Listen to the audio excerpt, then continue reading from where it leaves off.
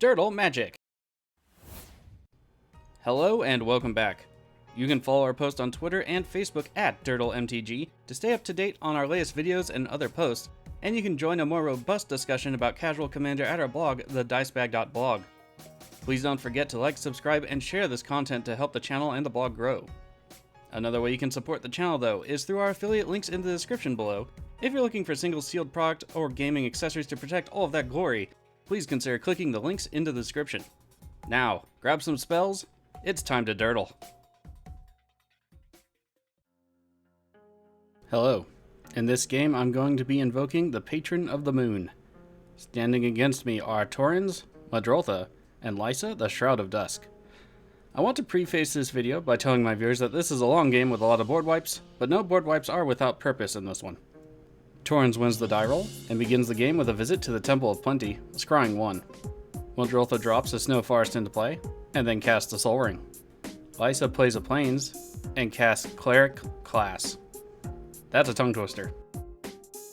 To my turn, and fortunately I'm last, I drop a Snow Island and cast Ascended Spirit. Wooded Foothills comes into play for the Torens player, and they crack it for an Arctic tree line. Muldrotha spies a Snow Island on their horizon, and they drop it into play. They then cast Crucible of Worlds. Liesa has an Evolving Wilds come into play, and it gets the crack. They retrieve a Swamp and pass.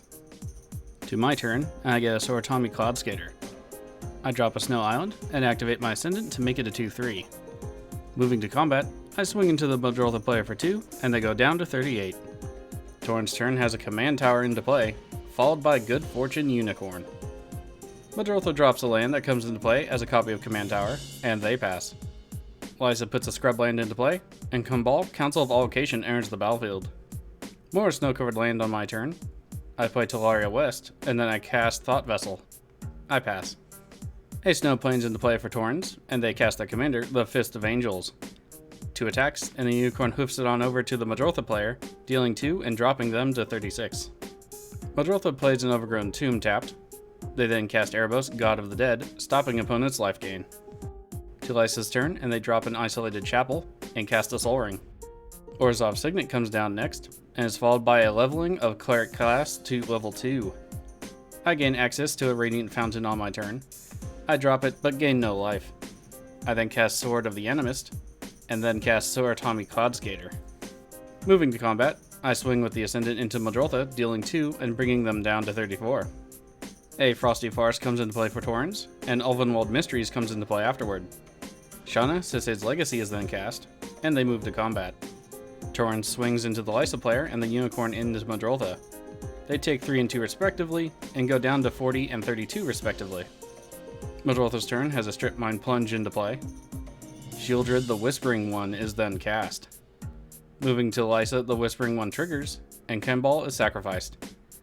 A plane comes into play, and the first board wipe of the game gets cast, that being Fumigate, and the board is wiped clean. No life is gained thanks to Erebos.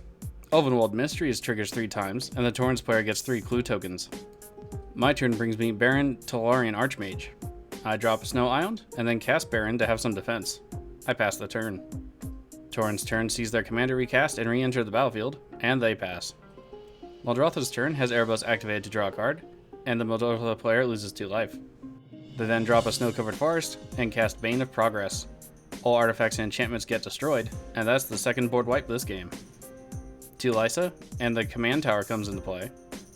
They then cast their commander, the Shroud of Dusk. My turn brings me another island. I drop it, and pass the turn. Torens sees a Snow Plains into play. It's followed by Dusk, ironically, destroying creatures with power 3 or greater. They lose 2 life for casting it, but the board loses Liesa and the Bane of Progress. Board wipe number 3. Cathar Commando is cast and Torens triggers, making a 1/1 human with training. To combat, and Torens swings into Muldrotha again, dropping them to 28, and they take 2 commander damage. Bojuka Bog comes into play for the Muldrotha player, and it bogs away Torens' graveyard. They then cast their commander, the Gravetide itself. Over to Liesa, and they play their own bog, swamping out the Muldrotha's graveyard this time. Their commander is recast, but because of her unique ability, they also pay 2 life instead of the commander tax, dropping themselves down to 38. Reality Shift comes to my hand on my turn. I drop a Snow Island and then cast Patron of the Moon for some future offense, and pass the turn. Torens plays another forest. They then cast Austere Command. I think that's the 4th wipe this game, but I'm starting to lose track. Enchantments and creatures with power of 4 or more are destroyed. My poor patron. 2 combat, and there are 2 training triggers. It's a full swing into Muldrotha, and they get smacked down to 20. A Snow Island enters for the Muldrotha player, and they recast their commander. To Liesa's turn, and they have Nykthos Shrine to Nyx enter the battlefield. Liesa is recast, and that player loses 4 life. My turn brings another island, and I drop it. I decide to cast Engulf the Shore, and every creature gets bounced. Wipe number 5, I think. I recast Baron afterward, and at the end step, I gain a card because I return a permanent I control to my hand. It's Temple of the False God. Woo! More lands. Fantastic. Torens' turn begins with the casting of their commander. 3 visits is then cast and retrieves a Canopy Vista. Muldrotha's turn has Erebos activated for 2 cards, and they drop to 16.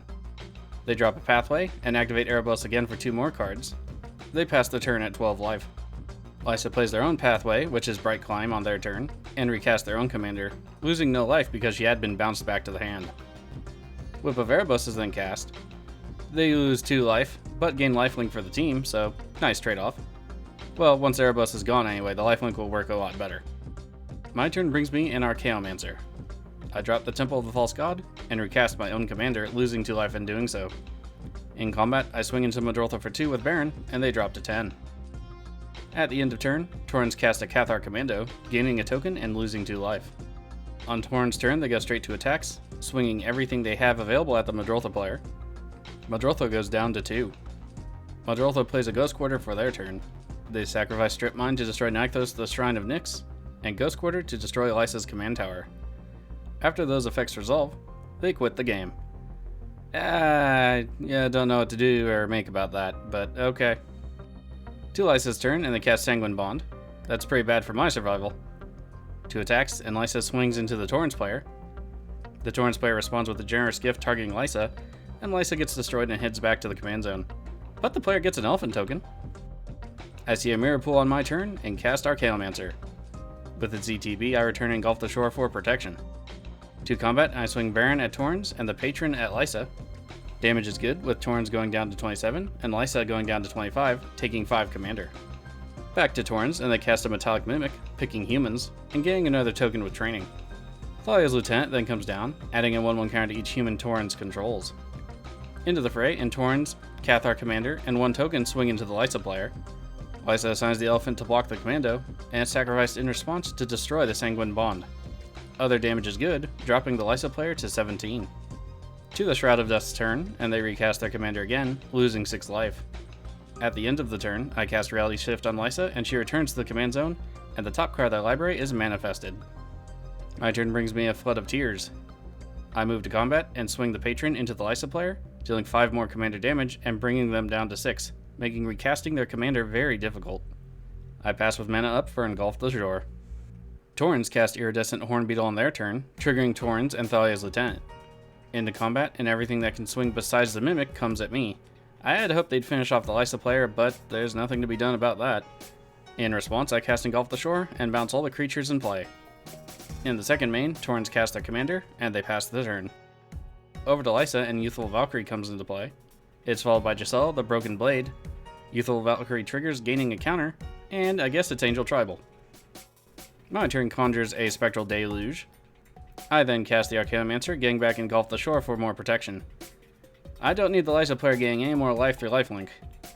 I then cast Baron and bounce the Archaeomancer back to my hand. At the end of turn, that triggers for card draw, and I get Command Beacon.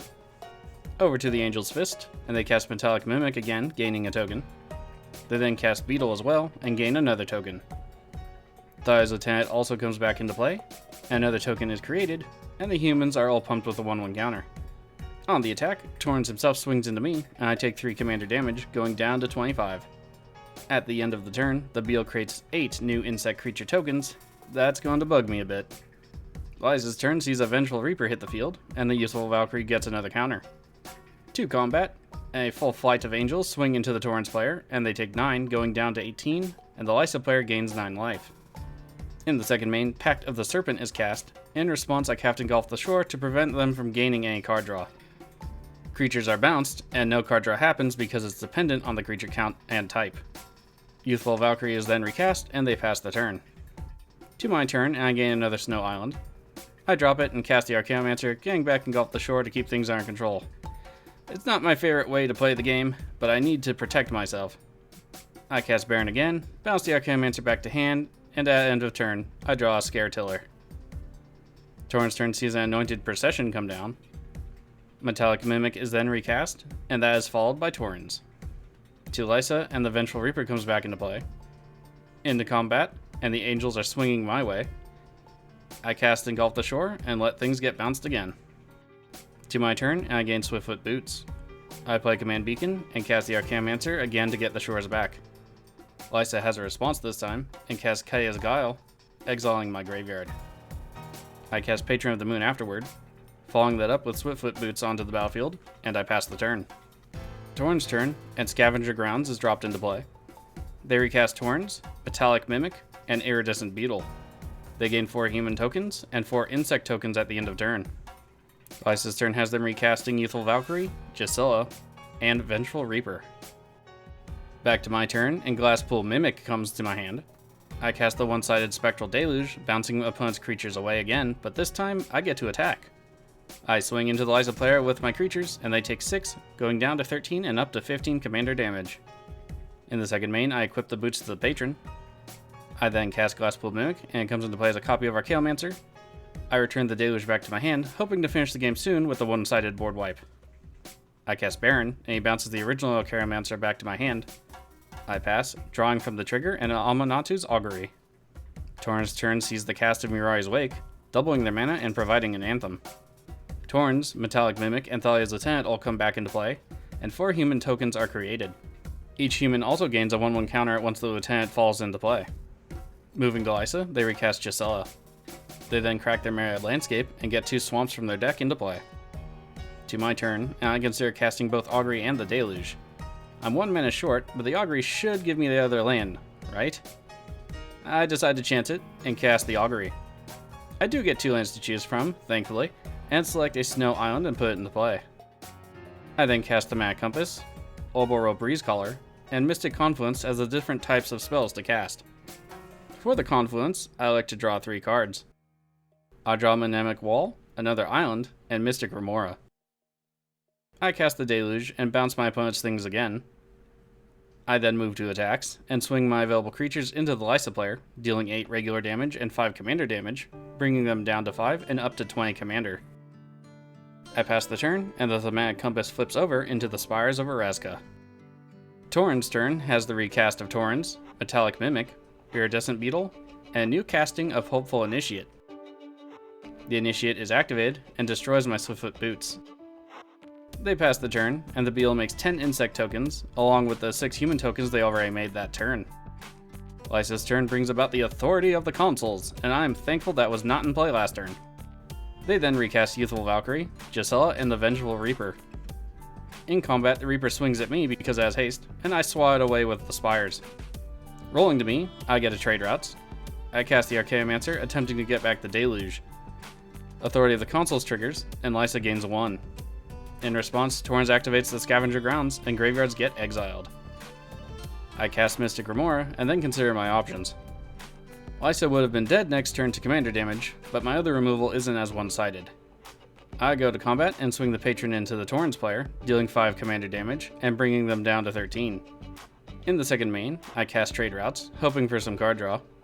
I tap Temple to get 2 colorless mana, and activate the routes to bounce Talaria West. In response, Torens activates the Initiate, targeting my Trade Routes. In response to that, I activate it again and bounce another land, this time the Radiant Fountain. Trade Routes goes to the graveyard afterward. I play the Radiant Fountain for my turn and gain 2 life. I cast Flood of Tears, mostly for my own protection, and drop the Mnemonic Wall from my hand into play with the Flood effect. To the cleanup step, I discard Scare Tiller, Soratomi Savant, and Talaria West since I remembered I'd recently removed Glacial Chasm from the deck. Torens' turn has them recasting Mirari's Wake. Their commander, Anointed Procession, Metallic Mimic, and Hopeful Initiate. They end the turn with 4 more human tokens. Liesa recasts Authority of the Consoles, Youthful Valkyrie, Whip of Erebos, and Gisela. My turn gives me an auxiliary sphere. I stop to think about how to try to win the game here, and decide to wait a turn to cast another wipe and prepare to just barely survive the coming attacks. I cast Patron of the Moon for flying, and then sacrifice the auxiliary sphere. I get 2 islands from my deck to my hand, and I use my commander's ability to put those into play tapped. I then cast Baron and bounce the wall. It's all a big risk, but I hope it leads to victory. Playing this way with repeatedly wiping the board, if I'm honest, is not how I like to play the game, and it's wearing me down. At the end of the turn, I draw a Rapid Hybridization, and the Liesa player ends the turn with 8 life from Authority triggers. It rolls over to Torren, and they recast Thalia's Lieutenant. Authority triggers for life gain because the tokens come into play, and the Initiate is activated in response to destroy the enchantment.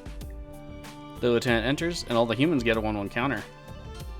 Sigarda's Summons is then cast, and I realize the risk I took didn't quite pay off.